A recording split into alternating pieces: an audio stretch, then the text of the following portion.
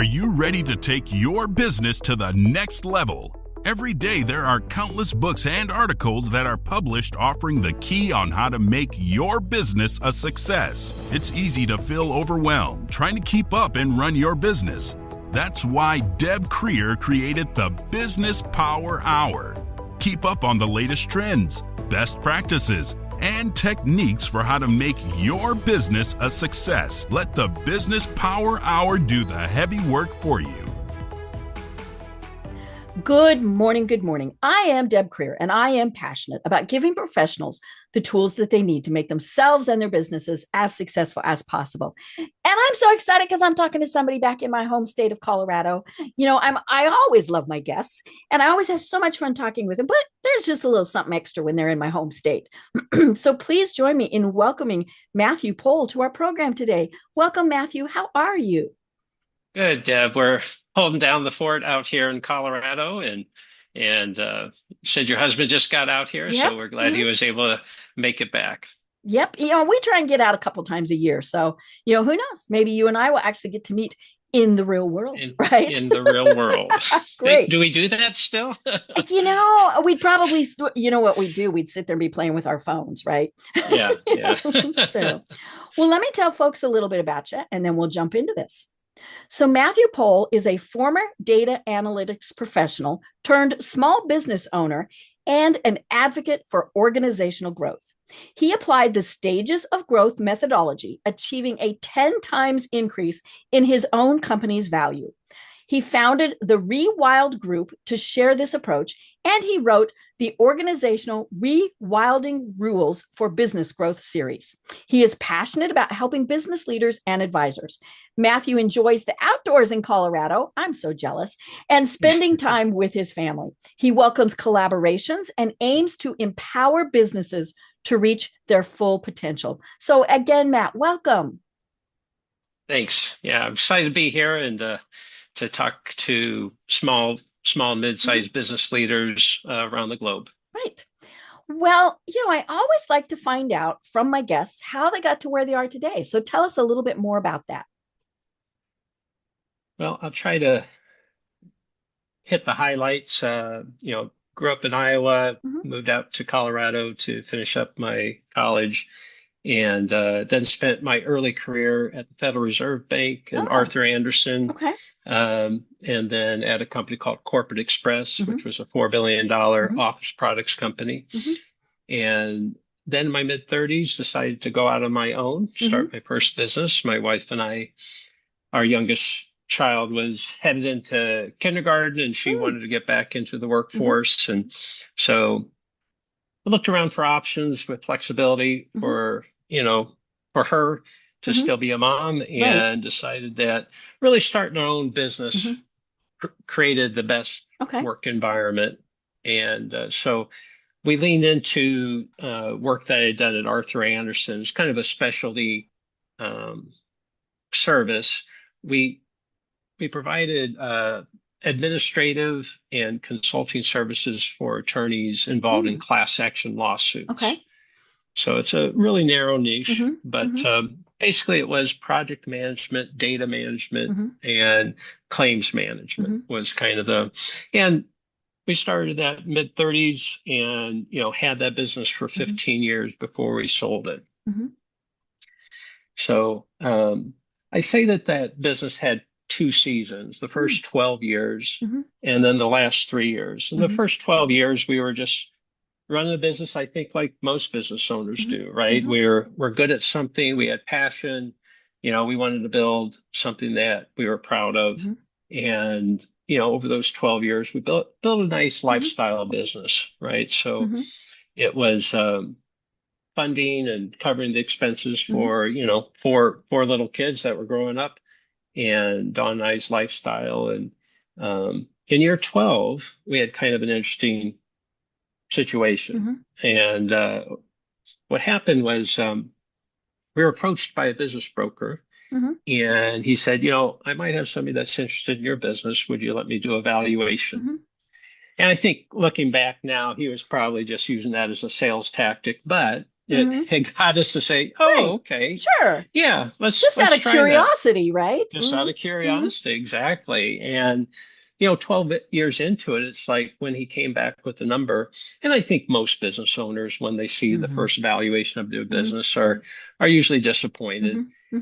And part of it is you don't have anything to reference it to, Right. except for 12 years of effort and the ups and downs and the months of going without paychecks, and all that stuff. Right. And it's like, okay, just under $1 million. So that's not bad, but not something we could say we would sell the business and walk away from it. And it was at that point I reflected a bit on my childhood, where my mom and dad had a small business all my years growing up.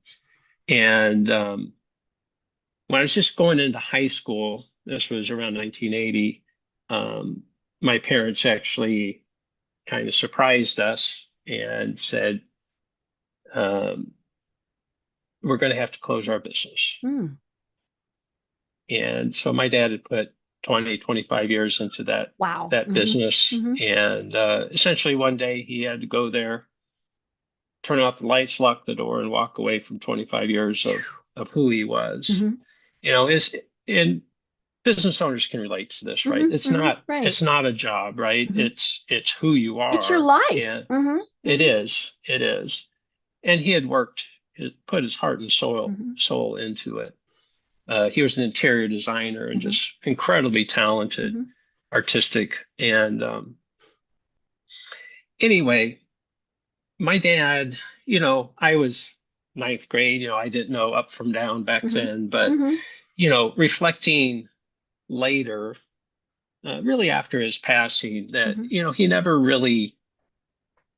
regained himself after that. He lost something very deep and meaningful. And so coming to that point in our business 12 years in and seeing, okay, this business isn't where I want it, I said, well, okay, we can continue to move on in the same path that we're in, but we'll probably end up on a day like my dad did, where at some point we just walk away from this business. And I didn't like the idea of that. So my wife and I, my wife's name is Dawn. Dawn and I spoke, and we said, okay, we have kind of two paths. Status quo, just keep on plugging away, make a good living, that type of thing. Or we can try a second door and say, let's shake things up. Let's do things different. Let's figure out what we can do to build something that actually has value that can be transferred to the next owner. And we figured, we've got another 10, 15 years of work in us. Let's go path B. Let's try something new. And at that point, I started looking out for resources, say, okay, clearly we'd basically been stuck for almost a decade at kind of this revenue range. We couldn't seem to— You kind of plateau. You did. We had plateaued on the revenue side, and it would vacillate. We'd get a big project, we'd be higher, and then we wouldn't get it, a big project, and it'd be lower. So, and we said,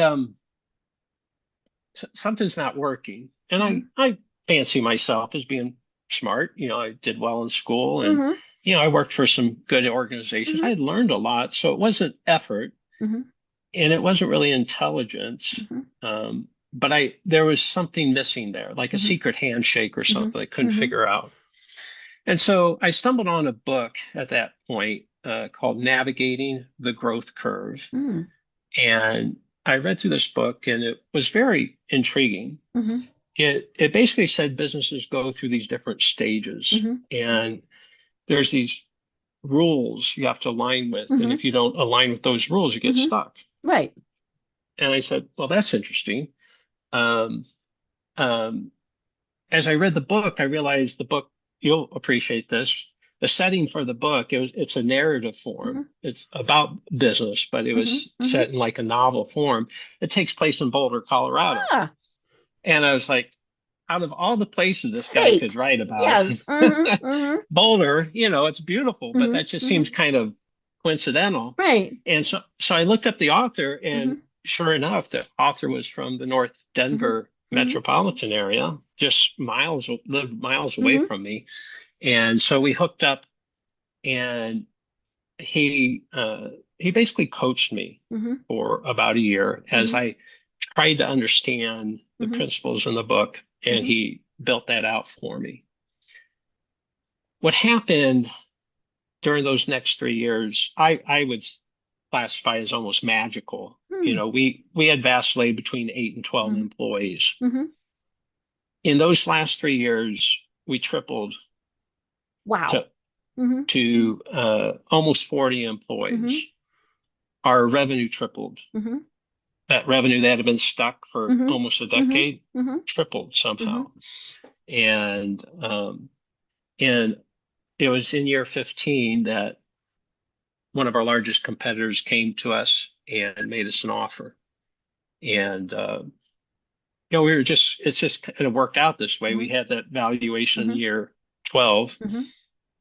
And we sold the business for 10 times that amount 3 years later. They made you an offer you couldn't refuse. That was one of those kinds of offers. They don't come along very often. It was weird, though. You know, we were 3 years into what we thought was going to be another 10 to 15 years. And we almost wondered, well, should you wait? Should we wait? Right. But I'd read a book, Built to Sell. And this book, one of the things it said is write down a number that you want, so that when you're in that situation, you've already put this number on the board. And, you know, when we look back at that, it was like, okay, this met our number. We thought that was 10 to 15 years out. So we said, let's not why are we look a waiting? gift horse in the mouth, right? So it was a big deal, though. I mean, I had fallen back in love with my business. In year 12, I was kind of burnt out. I had been doing the same thing. You know, it was still a small group of people, so I still had to do a lot of the work. But by year 15, we had an amazing team. And I had fallen in love with the business again, and I enjoyed the business. I was actually working less hours at triple the revenue. And I was doing stuff that I enjoyed, more leading and growing and coaching. Anyway, so leaving that business, you know, I tried to retire for about 2 months, but I was driving Dawn nuts. Yeah, I bet. You did all the honeydews, and then right. Yeah, I was 50 at the time, so it was like, okay, I still got a lot of life in me. A lot of time. Yes. I love to work. I love being productive. That's kind of my thing. And so I started to look at opportunities, and the author of that book came to me and said, "Hey, Matt, would you want to help me? I've got all this research." His book was really the culmination of several decades of research of small, mid-sized businesses. And he says, "I've got all this stuff, but I've never been able to monetize it." And so I said, "Well, okay, but let's kind of take a new spin on it. Let's start a new company." And that's really where the Rewild Group was founded. We about a year into that, you know, startups are hard. He was an older gentleman, and he said, you know, my health really isn't. He didn't want to do it. Yeah, it's just too hard, right, for that stage of life. So I acquired all the IP and all this research, his book, all that kind of stuff, and that's now what Rewild Group has from an intellectual property that I've turned now into. What he had was really what I'd call an inventor-centric methodology. He was really the only one that could do it well. What I've created with our team here in Colorado is a repeatable system now for small and mid-sized businesses. And so that's really what Rewild Group is about. It's about our mission is to multiply the number of exceptional businesses globally. The reason we're passionate about small and mid-sized businesses is that it's my belief that work makes up an important part of who we are as humans. We can go off down that rabbit trail a little bit, especially when you're in charge, right? Yeah, you're working 28 hours a day. Yeah, but the but the idea that work is important means to me that if we have businesses where people are going to work that are more exceptional, that not only does the owner win because that business is more profitable, more scalable, more enjoyable to own, Right. but the people that are part of that team work in an environment that makes them or helps them become the best version of themselves, Right. so that when they return back to their homes and their communities, they have a powerful impact there. So that's our mission. We want to multiply the number of exceptional businesses so that both the owner and the team benefit from that.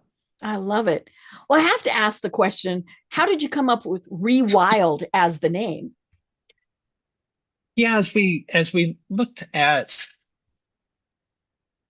I'm a big believer in language. I say language is the most powerful change agent. That if you change language, you can really change the thinking, which then impacts the doing.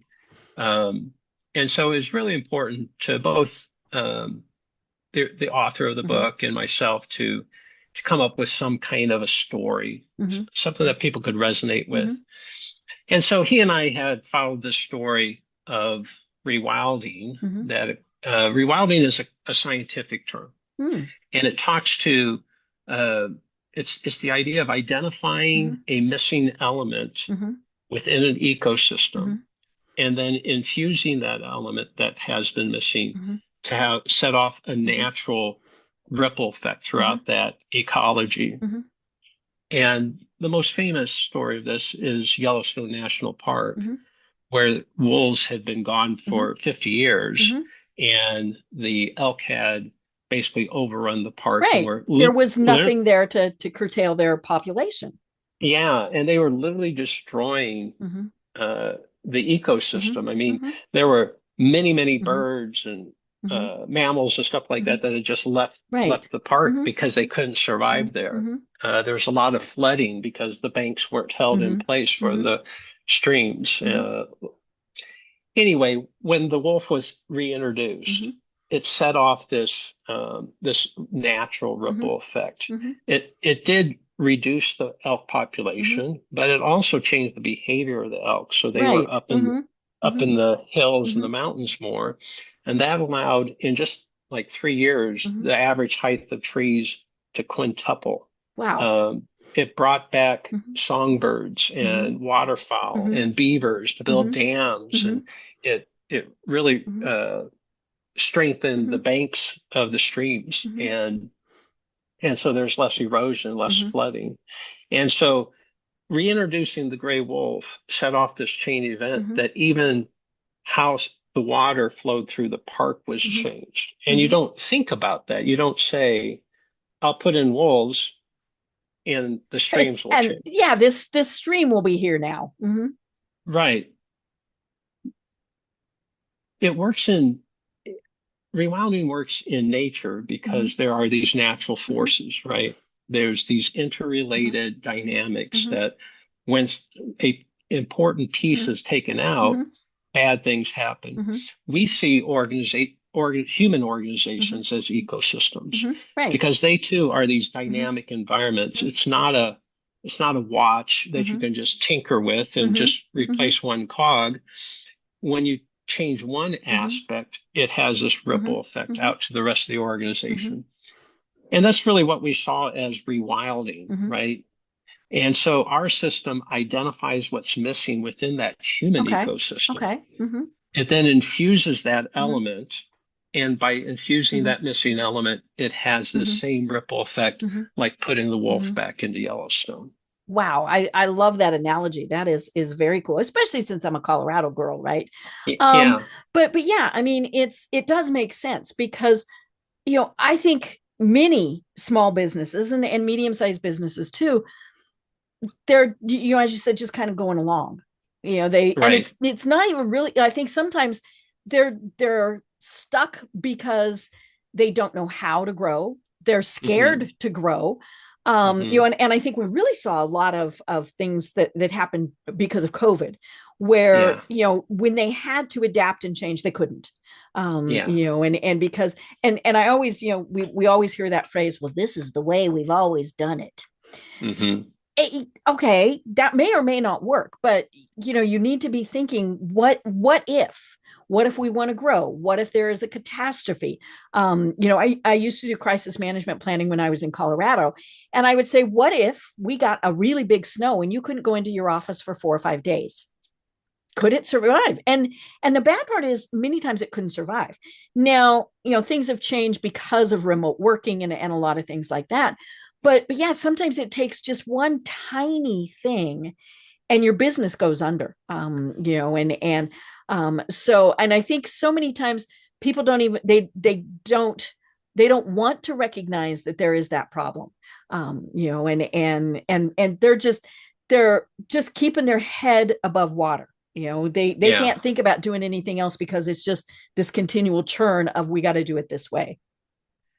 Well, what I think a lot of business owners are in the mode of working in their business, right? I'm sure you've heard that phrase. Right. And so working in and getting the day-to-day work done is so consuming that it's difficult to get your head above that and to work on your business. And even if you understand the term and you say, well, I want to work on my business, the question is, okay, how do I do that?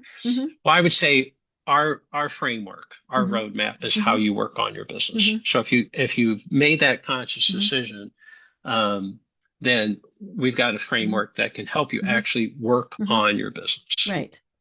And I love the analogy of the roadmap, because so many businesses have absolutely no idea what they're going to do 5 years down the road, 10 years down the road, 5 months down the road. And it's like, you wouldn't get in your car and tell your GPS, take me to, and not say anything. Right. That's a good point. You've got to have some destination in mind. It could be that in 5 years, you're going to sell your business. Could be in 5 years, you're going to quadruple the size, whatever it is, but you have to be working toward something. And more importantly, you have to figure out what's going to get you there. It's not just going to go poof, you're there. How are you going to do the things that will get you there? Well, I think this brings up kind of one of the key, I would dig into this a little bit. One of the key findings of this decades of research that the author had come up with or had discovered. And that is that businesses go through different stages of growth. And these stages, there are a number of frameworks, I would say, that talk about stages of growth. Ours is a bit unique in that what the research showed is that businesses go through these plateaus, think of as steps of complexity. And as the organization gets more complex, how you manage that organization changes. And the best indicator of complexity is not revenue, which is often used to kind of categorize businesses, but instead it's the number of people, the number of human beings, full-time equivalents, if you would, that are within the organization. Because as you add more people, you add more complexity. I think we can all acknowledge that, right? So, when I had my first child, that was a lot more complex than when it was just Dawn and I. Right. By the time you were down the road. Just one makes a big difference. Yeah. But each successive child added more complexity, right? And teams are the same way. Organizations are the same way. If you have 5 people or 55, inherently that there's a lot more complexity there. But what's important about this roadmap is it's not just these high level concepts. It's very specific. So it's identified what range of employees really have a stable enough level of complexity that the rules of growth, as we call them, think of them like best practices, that those rules, if you follow them, you'll basically optimize for your current stage. So the key is kind of identifying your stage, understanding the rules of that stage, and align yourself to those rules. But one of the most powerful parts of this, and this is what I saw in that business that tripled in 3 years, it tells you what's coming next so that you can be actually proactively preparing. And when you make that transition into the next stage, you can adjust without having to use trial and error. And that's probably the biggest challenge for business owners, right? Is so much. The analogy I use as a business owner is like when you start a business, you're dropped down into a middle of a field. And no, you're not in Colorado, so you don't see the mountains to know where so west you don't is. know where you're in Atlanta where it says go southeast. I'm like, really? Yeah. Well, how do I know that? The problem with the business owner is when you're dropped into that field is you literally have 360 degrees in which you can go, right? You can go in literally any direction. And for your business to succeed, you have to pick the right direction more times than not. Right. Oftentimes, businesses never get really going because they pick the wrong direction right out of the gate. They can't even figure out, they're just overwhelmed, right? Yeah, they're just stuck there. I don't know where to go. And so that's what a roadmap does. Instead of saying you have 360 degrees, it says, here you are on the roadmap. Here's what this stretch of road looks like. You're in stage one, and this is what that that roadmap looks like. And then it says, and here's what's around the bend. So you don't just get going and get stuck a little bit further along in that field. You're still in the middle of the field. You made some progress, but you're still there. So that's why having a roadmap is so important. There's so many options to choose from that will make your business fail. And so by reducing that noise and those options, it makes the likelihood of success much higher. Right.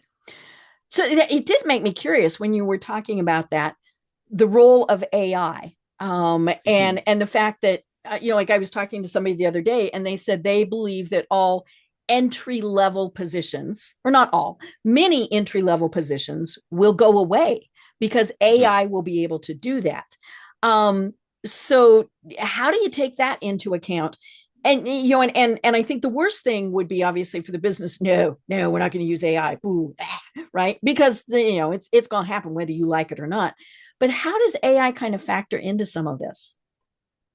I think there's two perspectives, at least in my mind. One is, in some ways, AI is just another kind of productivity increase, automation. It's like adding a database, or whatever it is, new piece of equipment.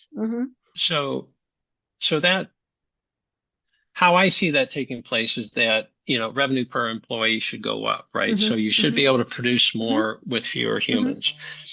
We can set aside the social pieces of that, is that good or bad? But I think from that layer, it basically means you get more work done with fewer people.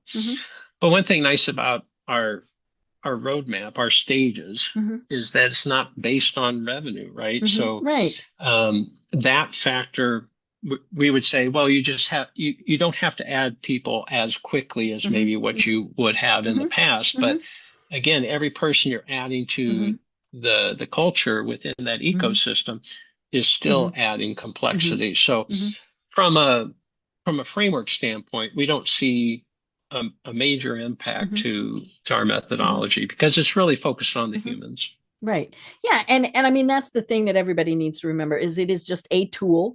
At least it is right now, right? It's not going to take over the world.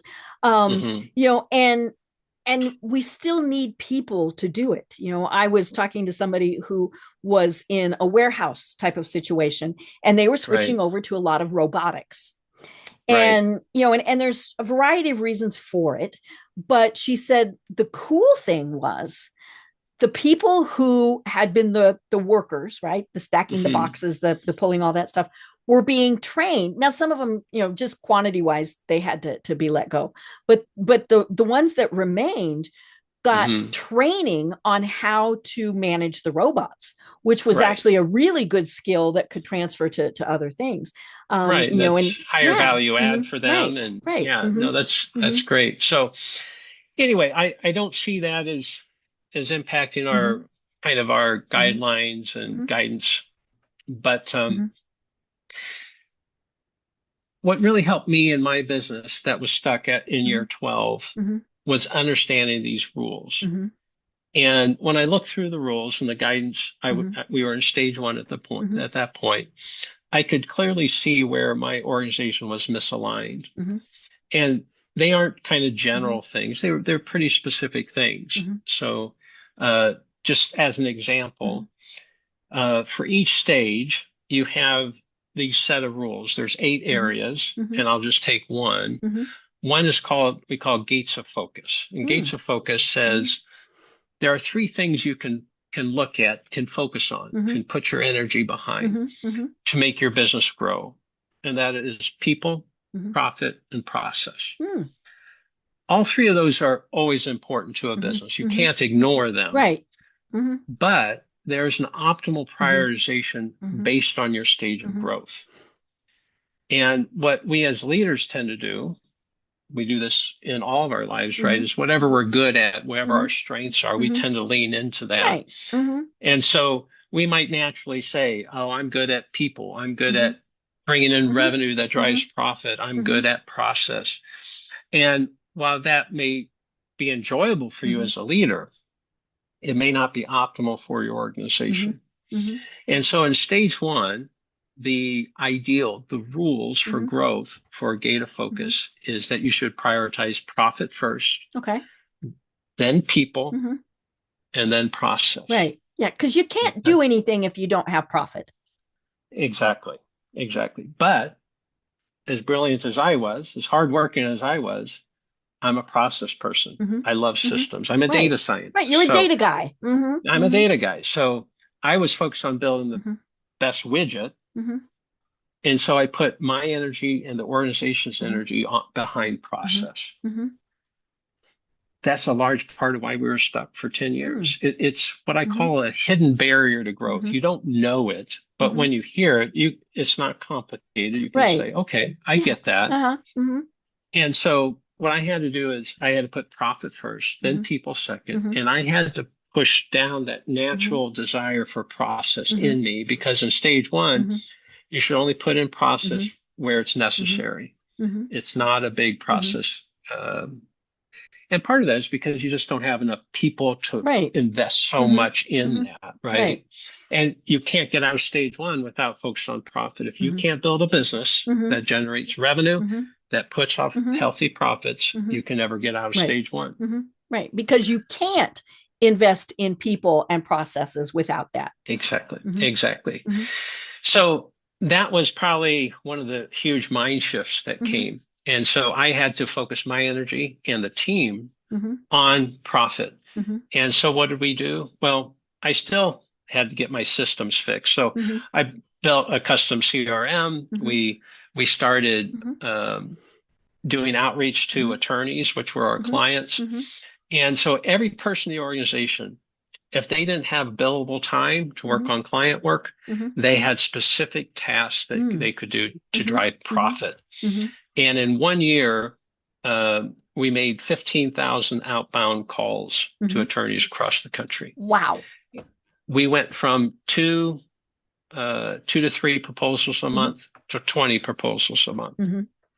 And that was that kind of, it wasn't like overnight, but over those 3 years, that was a big difference in by putting more energy into profit instead of process. Right. Yeah, but it did tie together, because clearly if you didn't have the process and the people, you couldn't do that increased work. And so, like you were saying, you have to have all 3. You have to have all 3, but it was really this mind shift of saying, if I want the business to grow, I mean, looking back at it, it's so obvious. Right. It's kind of the duh moment, but when you're in the forest, you can't see the trees. When you're working in the business so much, it's very easy to do because you're having to learn through trial and error, right? In that field that you're stuck in, you're just going some way and looking out for cliffs or, other dangers, right? And here it's like, well, don't spend your time wandering. Here's guidelines that you can actually follow. What's interesting then is in stage 2, profit remains the top gate of focus, but process becomes number 2 and people go to third. And some people say, well, how could people ever be lowest on that? I'm not saying people aren't important, but Right. they are not the key to growth in stage two. Profit is still, but you've doubled the size of your organization, and you need some level of process there in stage two to support and scale your business. So we were able to go from stage one to stage two to stage three into stage four in those 3 years without really a setback. And we had never been a stage two business, but when I got to stage two, I knew the rules. And when we got to stage three, I knew those rules as well. And that's really what this roadmap does, like a good roadmap does, right? Is it tells you where you are, where you're going, what's around the bend. Right. Yeah, and you've written a great blog article about this, and we'll link to this in the show notes so that people can follow it in more detail. But yeah, it is one of those where when you look at it, you go, oh, yeah, but it isn't until, as you said, until it's shown to you that you're like, oh, yeah, this is what we should be doing. Well, and you talked a little bit about business owners who get stuck, right? Who don't know how to grow, maybe don't want to grow anymore. What I typically have seen interacting with many small business owners as they try to grow, and either that growth never came, and so they're kind of stuck, kind of just out of the gate. But others have grown a business, and then it gets to a place where, for some reason, things get really hard. The wheels get wobbly. It's chaotic, and so they often will pull back. Right? Yeah, they're that. like they go back in their little turtle shell. They do. Yeah, that's a great analogy, right? Back into the shell. And if you do that a couple times, and it's kind of like, hey, when I go from 8 employees to 12 employees, it's nice to have the extra revenue, but it seems like such a harder business to own. After you've done that a few times, I can speak this from experience, you kind of get back to 8 employees is kind of how big you're going to be. Right. We're just going to stay there. We're just going to stay here because it's comfortable. And over time, you almost lose that desire to grow because you've been beaten back, right? And it seems so challenging. But really, what's happened? First of all, as you go between stages, say from stage 1 to stage 2, you're going to hit what we call a transition zone, and this is a point where the rules, you're kind of in flux here, and what used to work stops working, and almost overnight. And you don't understand why. Things are going well, and then it stops going well. And it's often going through that transition zone where this level of being uncomfortable, this chaos arises. And I refer to that as kind of like the rapids in a whitewater raft, right? So you're kind of going in the calm river. And then it gets rapids, way bumpy. It gets way bumpy. And the person that's overseeing that crew that's going through the rapids, that guide has to be very clear and distinct and focus the energy of the group to get through those rapids. Right. Knowing that after you get through that, you're back into kind of that calm waters again. And that's exactly what happens. You go from stage 1, you go through these white waters. If you can survive that and get into stage 2, it becomes calm again. Right. But since you hit that rapids, you kind of give up, and it makes sense why you do, because it seems so foreign and dangerous. You don't want to lose your business, so you come back to where it's more comfortable. But knowing that that's going to happen, and knowing that going from 5 employees to 15 employees, which is stage 1 to stage 2, stage 2 isn't double the effort. It's not double the challenges. It's just different challenges. Right. It's like going from a toddler or a newborn to a 2-year-old. Different challenges, but at least they're sleeping better, right? At least they're communicating, right? You're sleeping better. And when you get to teenagers, it's a different kind of challenge. You're not sleeping better. You're maybe not sleeping better, but you don't have to run them around maybe as much. They can drive themselves. So what often business owners, because they've hit this transition zone, they pull back, and then they say, well, I don't want to double my employees and double I can't work twice as hard. But that's not how it works. When you have a roadmap, you can get to that next stage it can actually be more enjoyable. Right. Right. You know, and I think that's it, is when you know what's coming, you can anticipate it. You know, back to the whitewater. I mean, you know, I've gone whitewater rafting. I Right. don't like water. And so this is always very entertaining when I do this. And it's scary, especially when you see those rapids coming and you're like, oh no, no, no, no, no, Yeah. please not. And but when you're prepared, you know, when you've got a good guide, when you know what you're supposed to be doing, you know, when he tells everybody on one side to row and everybody on the other side to not row, I mean, all of those things, you can calm down. I mean, there's still kind of Right. that level of anxiety. I mean, you know, what if you Right. go Right. overboard? But yeah, it's when you know, okay, and more importantly, you might even be able to see that calm water up ahead. On the other side. So yeah, so you're like, okay, I can get through this. I can have a little bit of adrenaline rush and be a little afraid, but it's okay because I know I'm going to be able to get through it. Right. Right. Right. And what we teach our clients is that during this transition Mm-hmm. zone, there's three kind of key words. I'll Mm-hmm. go ahead and give them to Mm-hmm. your Mm-hmm. audience in case they're in a transition Mm-hmm. zone. You need greater focus. Mm-hmm. I'm sorry, structure, clarity, and focus. Those are Okay. your Mm-hmm. watchwords: Mm-hmm. structure, clarity, and focus. Okay.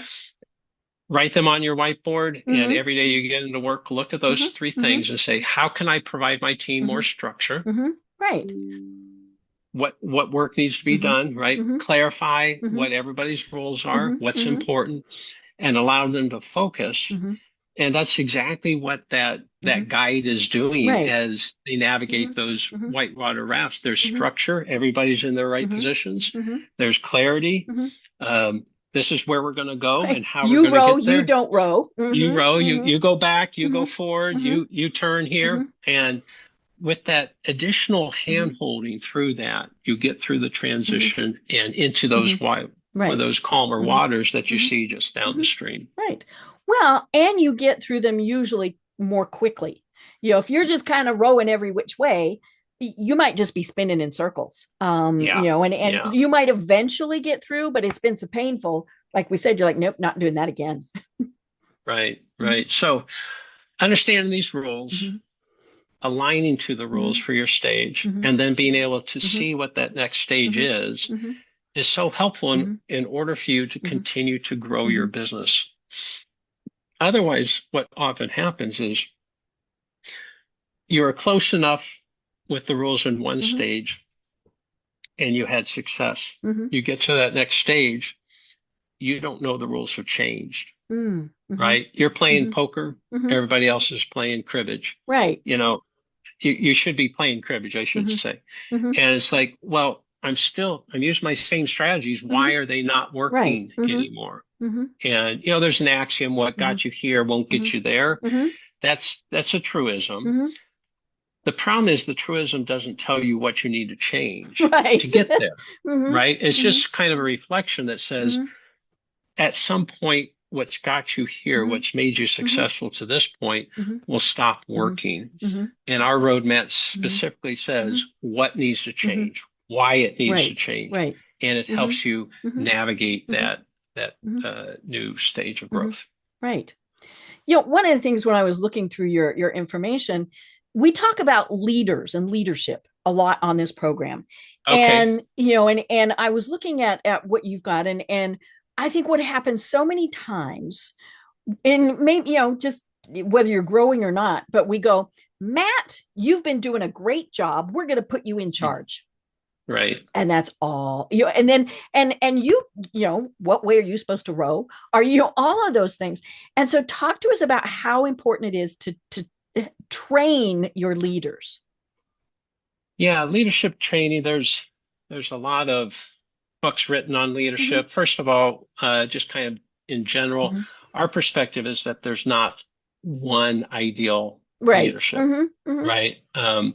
And like all the rules that we've identified Mm-hmm. in our research, leadership has to actually change Mm-hmm. and align to what the Mm-hmm. business needs Mm-hmm. based on its stage Mm-hmm. of growth. Mm-hmm. And so you can kind of see a stage one business with 8 people Mm-hmm. versus a business with Mm-hmm. 58 Mm-hmm. people. It's easy to see Mm-hmm. that leader probably has to change. The one Mm-hmm. first of all, the one in the smaller business is going to have to be a little more hands-on, a little more active. Right. The one in stage, 58 employees is probably going to have to be a little more democratic, Right. get more people involved. Delegate. Right? Yeah, delegation. So my point is that leadership style is an important part. It's a dimension in our roadmap. And the idea is make sure you understand what your leadership style needs to be, and then align to that. This is another area where we lead with what's come natural, and we have no idea that changes over the stages of growth. So that's one thing about leadership. The second thing, though, is what you're really talking about is, as people, how do you mentor and coach up that next layer? And here's another place where the roadmap helps is it'll show you at each stage of growth how many managers your organization is going to need, how many executives your organization is going to need. And what that allows you to do is to know in stage one, I don't have to probably be worried about developing a manager, but by stage two, I need a couple, 1 to 2 supervisory managerial people. And by stage three, I need even more. So it gives you this sense of how quickly you need to get those kind of people in place. So you don't get to stage three and it's like it's just you and you're supposed to be delegating, but you've spent no time developing leaders underneath of you. So that's one helpful piece of it. But the second thing is that you're right. We have what we call exceptional manager program. It's a program that really helps develop a whole team of managers, not just an individual, but the owner and all the management team go through it over a course of a year. And the idea there is that you learn management skills, ownership thinking, and important managerial tools, so that whole management team has language and principles that they share. So when they look at things going on, they can communicate more effectively. But the average person taking a managerial role, based on Gallup, was gets placed in that leadership or that managerial role around the age of 28. That's average. The first management training that people get is at age 42 on average. Oops, there's a mismatch.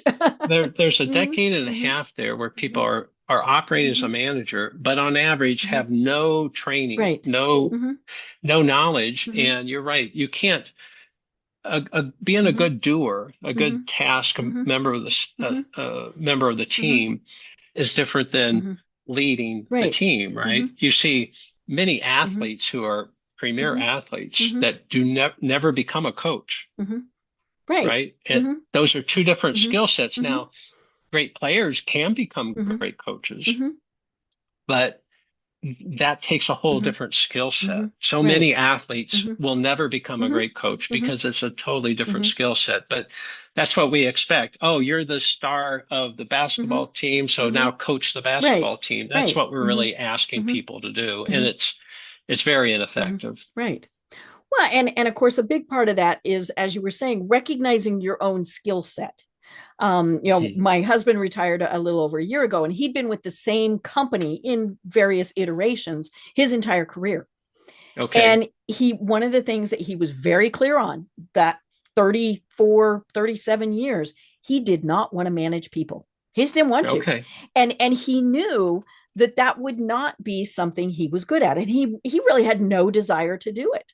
And he would push back when they would say, hey, don't you want more money? Don't you want to be promoted? He's like, no, I like where I am.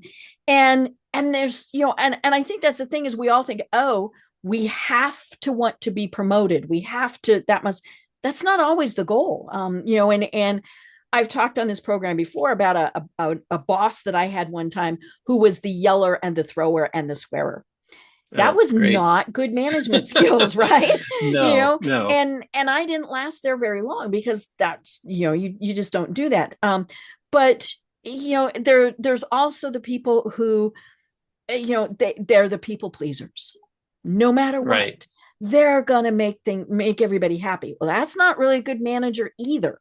Right. And so, but it is kind of that recognizing what's going on yourself, and if you want to learn or not. I mean, some people say, okay, I recognize that in myself, like delegating. I don't like to delegate, but I know I need to delegate. And so I work really hard on delegating and showing people that I value them, right? I'm delegating to them because I trust them and I respect them. But, there's also that, but I know how to do it better than anybody else. Yeah. Well, and without any training, without learning principles and adding to their managerial language, we all will tend to lean back into what just comes natural, what has made us successful.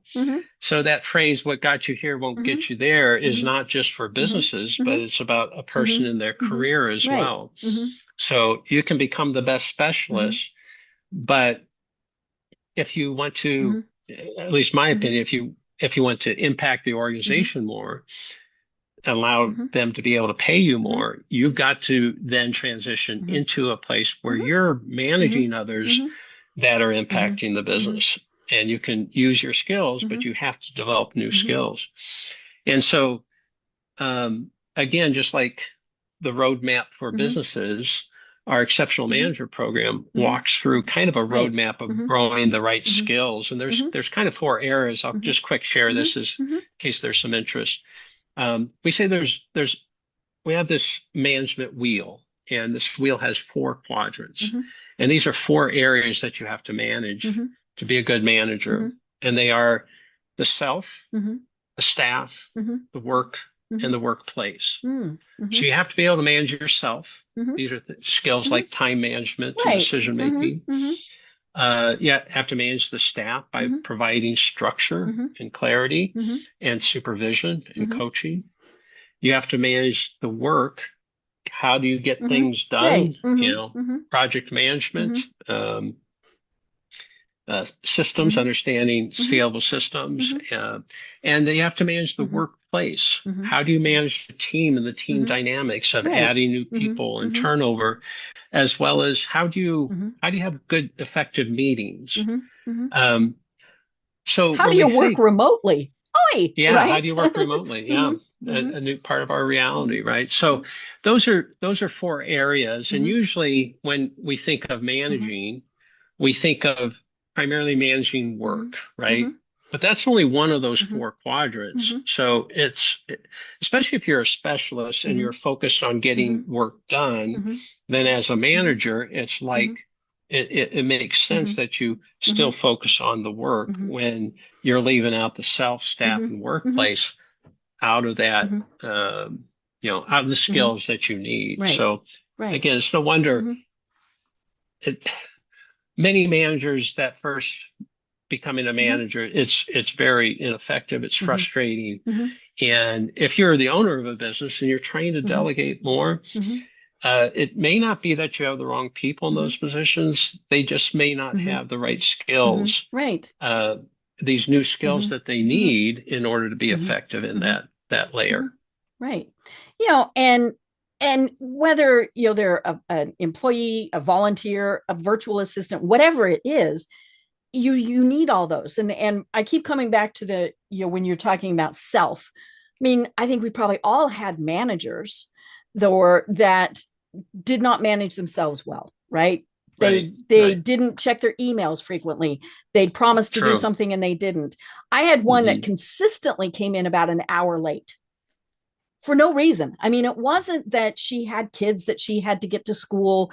She just, and so didn't take too long before we're like, well, I'm not going in on time, right? If she's not going to be there, then why am I going to be there? And then everything just kind of goes downhill from there. And even if she had said, I come in late every day because whatever, right? Maybe she had kids to get to school. And then if she stayed late, I mean, that's the other thing too. Late. Right. And that comes back to communication. You've got that is just such a pillar of everything. You've got to be able to communicate with folks, Because if you don't, then we make it up, right? She's, she doesn't care enough to get here on time, or, whatever, and so, yeah, we'll adapt to pretty much anything if we just know what it is. Yeah. And one of the principles we share is a principle called climate, where we say it's important to understand what you expect, what you support, and what you reward. And so expect, support, and reward is a key phrase in understanding how you're going to set your climate, because the expectation, are you clear? Does everybody know what you're expecting? Are you supporting what you're expecting? And then are you rewarding when people meet those expectations? And if you don't understand those three parts of it, you'll create a climate like that manager did that is negative, that is creating a disengaged team. Right. And folks, saying thank you goes an awful long way. Or even just, hey, Matt, good job. That's a reward, right? It doesn't have to be like, here's cash for everything you do. Just acknowledgement is a huge reward. Right. Yeah. Right. Well, oh my gosh, this has been such a great discussion, and we could go on forever. So we'll just have you on again. But okay. Tell us a little bit. So for the people who have said, okay, Matt, I'm lost. Now, you've got a lot of great resources on your website, but for those people who are said, okay, I need help, how do they find you, and what are the services that you provide? Well, we work with business owners kind of in three ways. Self-directed. So we've got a lot of low-cost, free resources on our website. We have 2 book series on Amazon. One of those book series are the 7 stages of growth. So those are kind of the self-directed resources. And then we have independent consult advisors around the globe. So I know you have an international audience. So we're on every continent who has been certified in our methodology and works as a guide for you to work on your business. The best place to get started is just to go to our website, which you'll link, but rewildgroup.com. And it just shows 3 steps. You're going to calculate your stage. There's a little calculator where you put some information on the number of people in your organization. And then it'll direct you to the page that says, okay, you are in stage 2, you're in stage 1, and it has a bunch of resources there. And then there's a link to set up a meeting. And we just have a no pressure conversation. We learn about your business. We learn what your budget is. So if you need to go the self-directed route, we'll point you to those resources.